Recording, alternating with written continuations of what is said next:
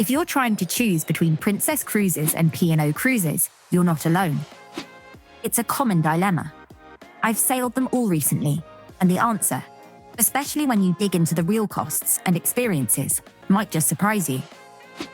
In this video, I'm giving you an honest comparison following my recent experience on the Regal Princess and P&O's Arvia and Britannia. I'll walk you through what's included in the fare, cabin sizes, tipping policies, fly cruise differences, entertainment, dining, service, and more. And yes, I've done the maths on real cruise prices sailing from Southampton in September 2025, so you'll get real-world value comparisons too. Now, before we dive into the details, let's talk about the one thing I keep hearing, and maybe you've heard it too. A lot of people say you can't compare Princess Cruises with P&O. I've seen it all over forums and Facebook groups. There's this idea that Princess, and even Celebrity, are just on another level, a more premium cruise experience, while P&O gets lumped in with comments like Butlins at sea. But is that really fair? And are the differences actually worth the price? I think it's easy to get swept up in brand perceptions. Yes, Princess calls itself a premium cruise line, and yes, it does some things beautifully, but P&O does too. Let's compare first what is actually included in your cruise fare on P&O and Princess Cruises. With P&O, everything feels very simple, and I appreciate that. Your cruise fare includes your accommodation, all meals in the included dining venues, a wide range of entertainment, port taxes, and even your gratuities. Yes, tips are included. If you book a fly cruise, your flights and transfers are included too. And you fly usually on a charter flight where your luggage magically appears at your cabin. It's very straightforward. Princess, on the other hand, works on a tiered system. The base fare is called Princess Standard, and it includes your cabin, basic dining, entertainment, and standard service. But it doesn't include gratuities and any extras. This is a big one, and honestly, a point of frustration for many first-timers if they're not aware. With P&O, it's simple. All tips and service charges are included in your fare. Princess Cruises, if you're on the standard fare, charges gratuities separately, around $16 per person per day. Unless you've booked a Plus or Premier package, this is automatically added to your onboard account. So, that's a key difference in upfront pricing. Now that we've looked at what you get for your money on each cruise line, the big question is, how much does it actually cost? Because it's one thing to know what's included, but it's another to see how the price tags stack up. I've done some digging into cruises, sailing from Southampton in September 2025 to give you a proper like-for-like comparison, and some of the differences might surprise you. First up, for 14 nights to Spain, Portugal and Canaries on P&O Iona, an inside cabin is £1,219 per person. Now, Regal Princess, 12 nights around the British Isles with France. An inside cabin is £879 per person, plus £298 in taxes, making it £1,177. But remember, with Princess, you'll also be paying for gratuities.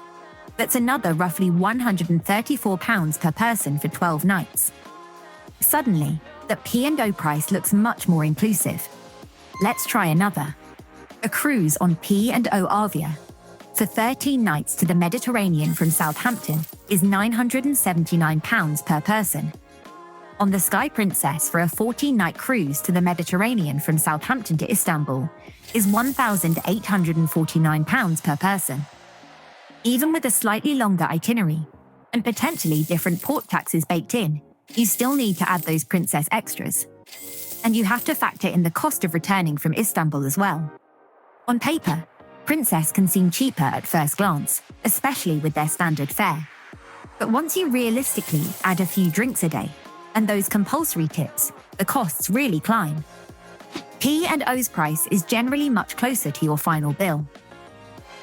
If you're considering a Mediterranean or a Caribbean fly cruise from the UK, then this is a really key thing to know.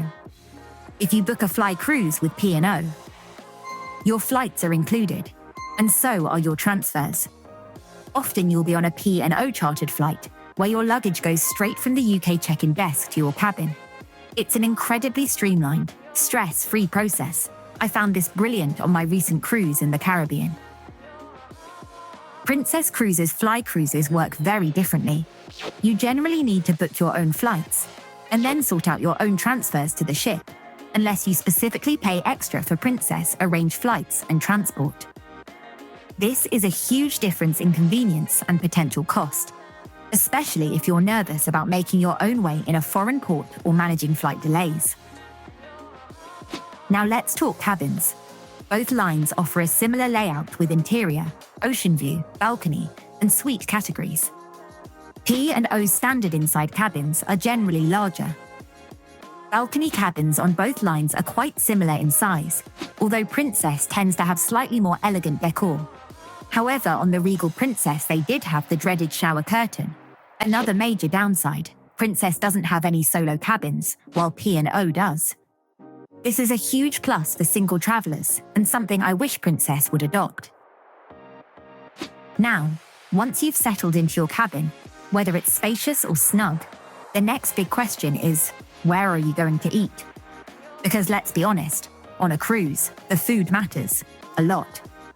Both lines offer a good range of included dining. But in my personal experience, Princess absolutely wins on overall food quality. Regal Princess served up some of the best meals I've had at sea. The main dining room meals were consistently excellent, with great variety and presentation. And the buffet and international cafe were brilliant for snacks and light meals. P&O's Britannia and Arvia were a bit more hit and miss for me. Venues like the Beach House and the Indian specialty restaurant Sindhu were standout, delicious, and really good value. However, the main buffet could be underwhelming at times, and, frustratingly, the food wasn't always as hot as I'd like. The main dining rooms were generally good, but not quite at the same level of consistency as the meals on the Regal Princess. However, the Keys on Arvia is a brilliant addition, especially the fish and chips. If you're anything like me and love diving into cruise food content, I've actually made full dining guide videos for all three of these ships. So if you want to see what's on the menus, what's worth trying, and what to skip, I'll pop the links in the description. Definitely check those out after this. What about keeping you entertained? Princess offers polished theatre shows, often Broadway or West End style productions, plenty of live music throughout the ship in various lounges, enrichment talks and cooking demonstrations, and their signature movies under the stars on the top deck. On P&O, you'll find lively quizzes that pack out brodies, pub games, well-known British comedians, and vibrant West End style shows. If you like a buzzing atmosphere and that classic British cruise feel, you'll feel right at home on P&O. I found the entertainment on both cruise lines to be of good standard and very similar. Service is another area with noticeable differences. On Princess, the Medallion app made a big difference in streamlining service. I loved being able to order a drink on the Regal Princess without having to queue at a bar. Or ordering food using Ocean Now and it being delivered to the room. P&O felt consistently friendly, familiar, and relaxed. It's like cruising with old mates. Service could be a little inconsistent on Arvia when the ship was absolutely packed, sometimes a wait for drinks. But on Britannia, I had brilliant, personable service throughout. The main difference between P&O and Princess in this regard is the Medallion tech. It's a game changer, from opening your cabin door to delivering food or drink wherever you are on a ship. It is brilliant and so much more advanced than P&O. So, after all that, which cruise line is actually better? The truth is, it depends entirely on you and what you value most in a holiday. Choose P&O if you want to cruise with practically everything bundled into the price you first see. You don't want to worry about tipping. You love that distinctly British atmosphere, humour and entertainment. I personally think the Butlins at Sea comparison is unfair, even though I think they could do more to tackle issues like the sunbed wars, and the standard of food could be improved. But to be fair, P&O have introduced new menus in the main dining rooms across all ships, and I am looking forward to trying them soon and report back. Choose Princess Cruises. If consistently fantastic food is a top priority, Princess really delivers. You appreciate innovative tech like the Medallion that enhances your experience, and you don't mind paying for extras, or more likely, opting for their Plus or Premier packages to bundle in those drinks, Wi-Fi, and gratuities for a more premium, inclusive feel. For me, it was the tech and food on Princess, which were the main differences between both cruise lines. The ships are of the same standard, and Princess Cruises doesn't feel like a more luxurious cruise line than P&O. So, would I cruise with Princess again? Yes.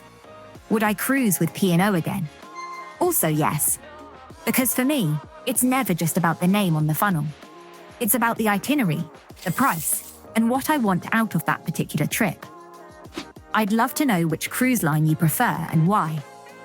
And if you want a much deeper dive, perhaps a full Regal Princess ship tour, click on screen now. That'll give you an even better look at the food, the pools, the cabins, and everything in between. Thanks so much for watching and happy cruising.